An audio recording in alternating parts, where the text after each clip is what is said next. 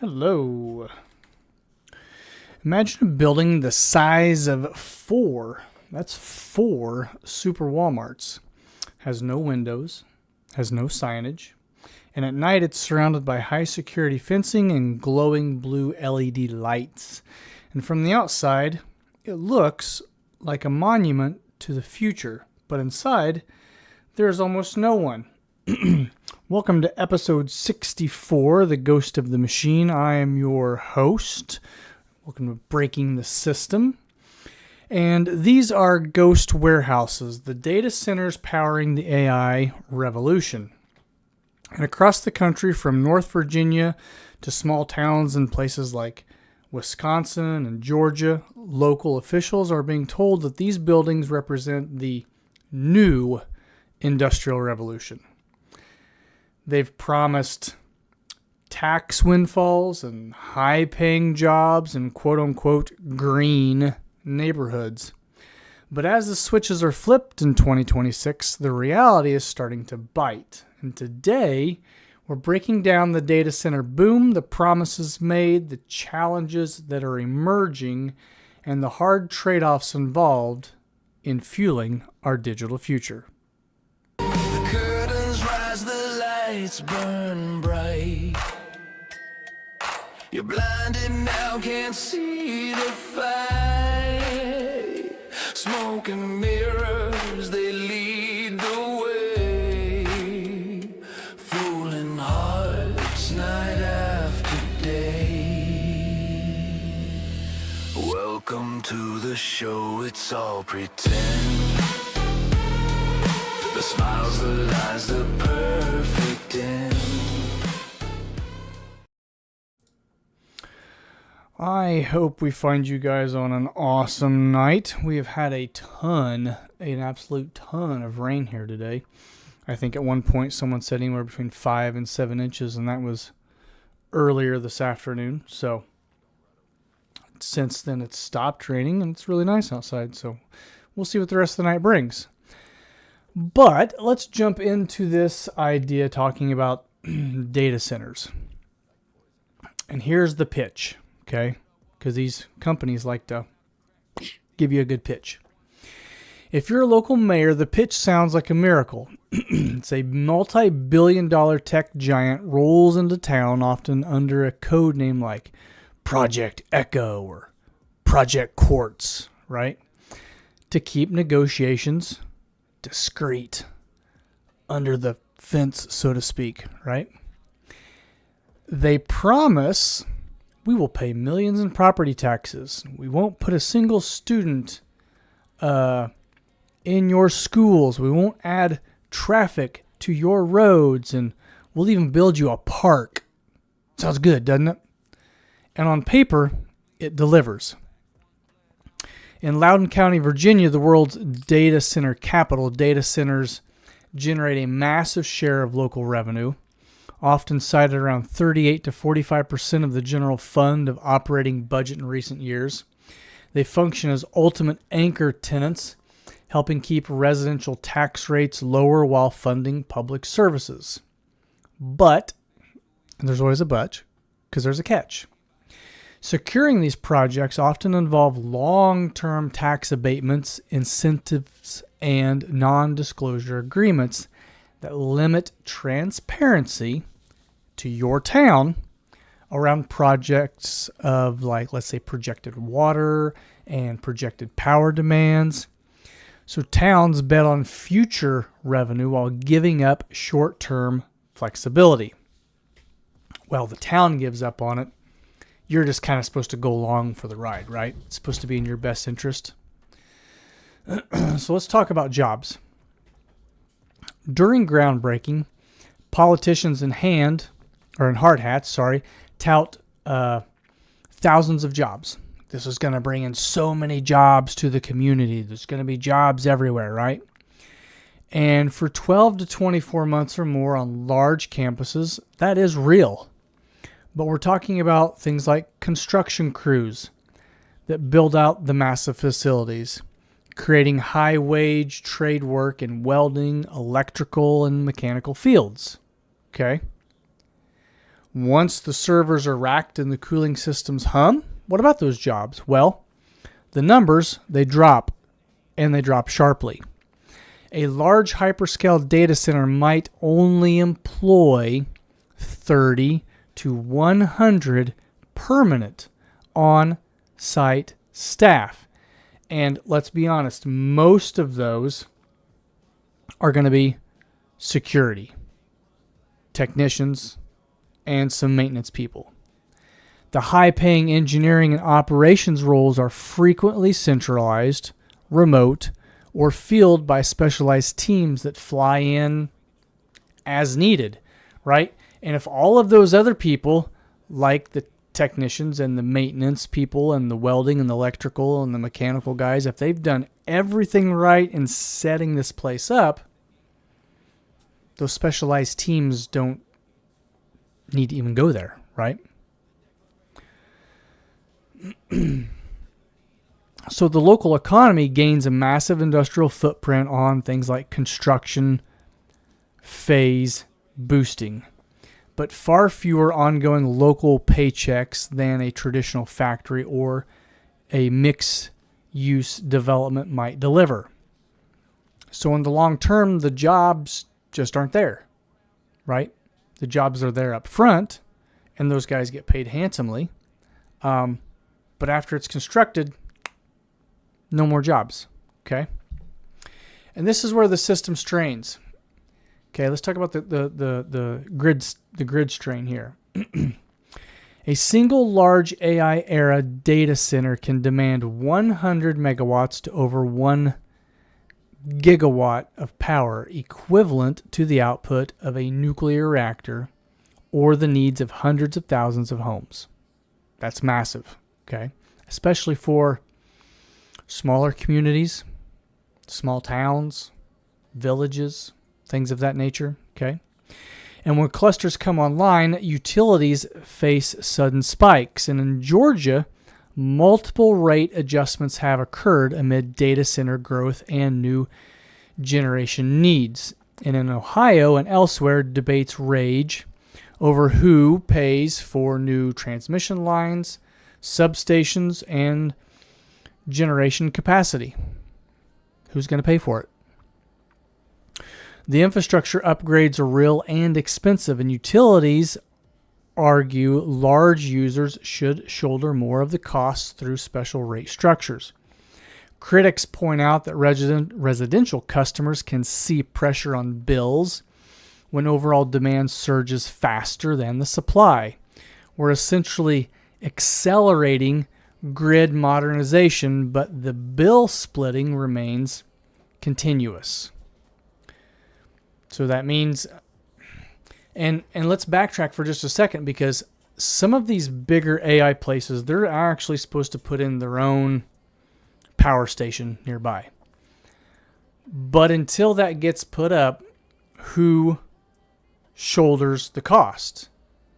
It's you, the people of the town, the people of the village, the people that's on those networks, whoever it is, right? So you shoulder that responsibility.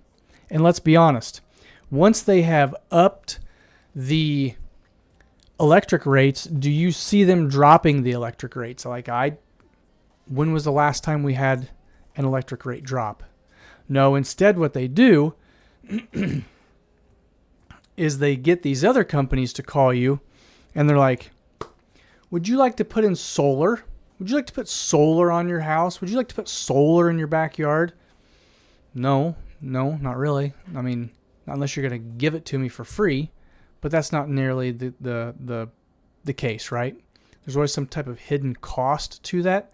And for most of you out there, be very leery of that. Like, if it sounds too good to be true, it's too good to be true.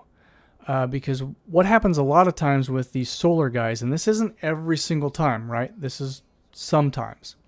Sometimes what happens is they come in and they're like, okay, we're going to get you to have like a second mortgage on your house, but it's not a mortgage, but yet it is, okay? to pay for the solar. And then you're going to pay them back every so often for the next 20 years until your solar's paid off. Okay? But what happens if you want to sell your home between then and there? Well, whoever buys your home would have to get a mortgage for the home. Then they would have to essentially get a second mortgage or a second loan for that property, for the solar, to then be able to purchase your home. And a lot of times therein lies the issue, is that a lot of banks are not going to overlend you on a new home, on new land, okay? And so that is an issue, okay? And I know that firsthand because we actually looked at getting solar 2 or 3 years ago. And so I went and talked to my bank that we've got our mortgage through, and she basically outlined all of those things that I just said, and saying that a lot of people have issues in selling homes that have that type of second mortgage built in on those solar panels, because in the long run, they just don't hold the value, okay? And that's just the solar part of it. Now let's look at water, because water adds another layer. Data centers need significant volumes for cooling, sometimes millions of gallons annually per facility. And while power plants supplying their electricity use even more. Okay, so if they build a power plant nearby, now they need even more local water. And companies tout efficiency improvements and renewability pairings, but rapid scaling challenges local resources in some areas. So if you put in this data center, and the data center is big enough to where they put in their own power plant, local water facilities don't have the infrastructure or the manpower to fix and grow and service those new lines while keeping the rest of their customers happy. It's just too much a lot of times. And so what happens is there's a strain put on the system, and just like with your electricity going up, your water bill goes up. And guess what happens? Just like with the electricity, once they've got those things running and it's online and it's up, do you see them being like, oh, we make too much water now, like we're efficient, we're going to drop the cost of your water? That's not going to happen. Not going to happen. Okay? So electricity is going to go up, water's going to go up. Okay? So let's look at the reality check that's happening and it's hitting a lot of places just this year. Let's look at Mount Pleasant, Wisconsin. Microsoft's major campus and nearby projects has drawn intense scrutiny. Projections for a couple of the largest facilities in the state suggest combined demands approaching several gigawatts, power equivalent to a huge portion of Wisconsin's residential needs. Local debates focus on who pays for new generation, whether costs stay with the users, and long-term grid reliability. It's good questions. In Georgia, the Atlanta region has seen explosive data center growth, prompting decisions in the legislature and utilities about incentives versus grid costs. And on the environmental side, companies pledged aggressive net zero timelines. The AI surge has complicated that. Some are extending fossil fuel plant life for reliability or investing heavily in new clean generation. They promise a lightweight cloud.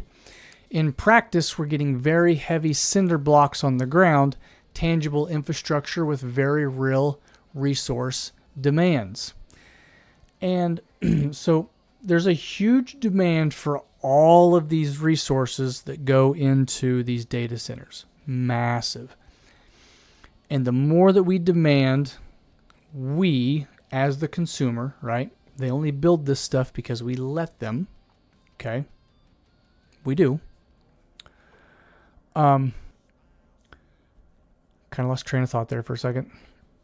But so all these resources are becoming very scarce, and the prices on all of those resources go up as well. So look at all of the resources that they're needing and using to build these data centers well beyond just electricity and water. And don't get me wrong, data centers are not new.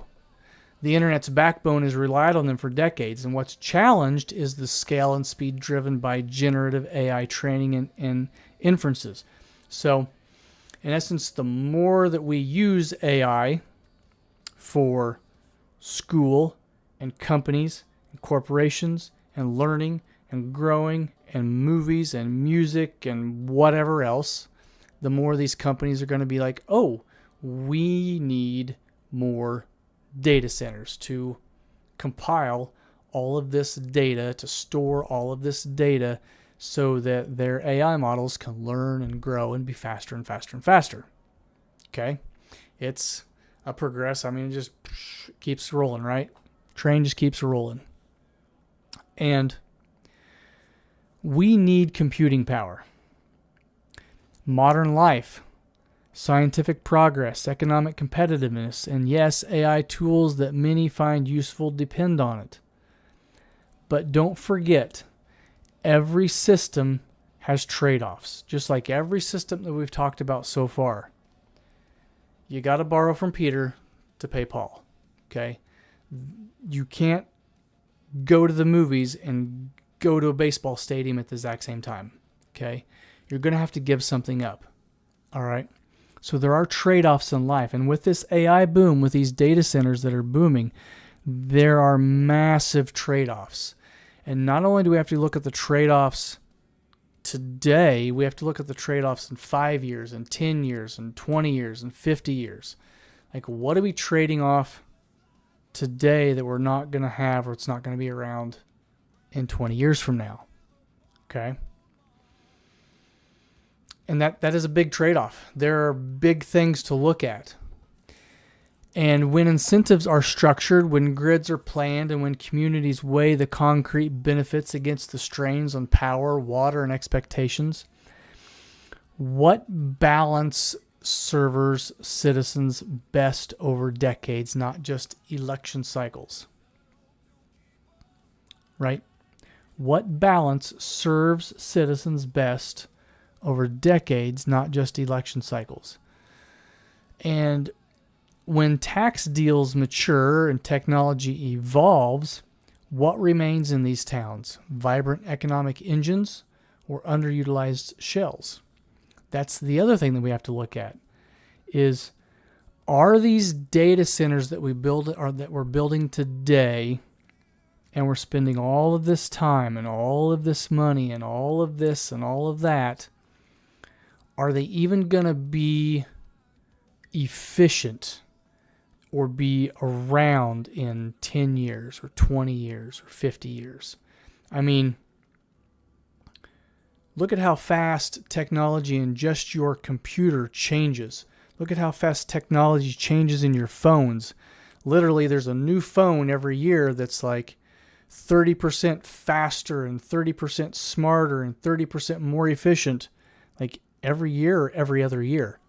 So you're telling me that there's going to be a data center, or that most of these data centers that we're building today, in 6 years, they're going to be about 50% efficient compared to one that's built brand new that year. And are we going to want to pay for that? And look at all the costs that's going to come with that. So there are some real critical thinking questions that we have to think about with these data centers. And not only do we have to think about the water and the electricity, but a lot of these data centers, depending on who's building it and how it's being built and what it's being used for, they can create a lot of noise. And we're talking about certain types of humming, certain rhythms that will scare off birds and insects. And like you're not going to want to live anywhere near these data centers, okay? So we have to be critically thinking about where we're putting these, how we're using them, who is using them, what kind of data is being used there? Is it being stored? Is it for AI? What is it for? And just like every other thing on this series, it's a critical thinking question. We have to think critical about these things and making sure that we're not wasting valuable resources today that we could potentially use tomorrow, or that our future generations could use down the road. Okay? So think about those critical thinking questions, because let's be honest, the machines are here. AI is not leaving us. It's not going anywhere. It's going to be just like a washer or a dryer, right? So instead of going down to the creek and washing your clothes on a rock, now you've got AI in your washing machine, and it will load them for you and fold them for you and dry them for you and hang them for you, and it'll even tell you when you got to buy new clothes. Hell, it might even build your clothes for you in the future. Who knows, right? So, think about all these questions. Think about how we navigate this ghost into our physical world, because like we said, AI is here. It's not going away. It's going to grow. It's going to get smarter. But we really have to pay attention to these data centers and where we're building them, who's building them, what's being used, okay? We have the power. We as citizens, as people of the community, you have the power to vote this stuff in or to vote this stuff out. And if you don't want it within your community, show up to the board meeting. Show up to the votes. You have to show up. And that's the problem is in recent years, we've become lax with our city council members, with our school boards, with any time that there's a vote, we don't show up. You have to show up to make your voice heard. Otherwise, you can't sit back and you can't complain, and all of your bills are going to go up because of it, okay? So, I'm your host. This has been Breaking the System. Thanks for listening. Keep questioning the systems that shape us. Keep thinking critical. Put those comments down below, right? We'll see you next time. God bless, and we appreciate it.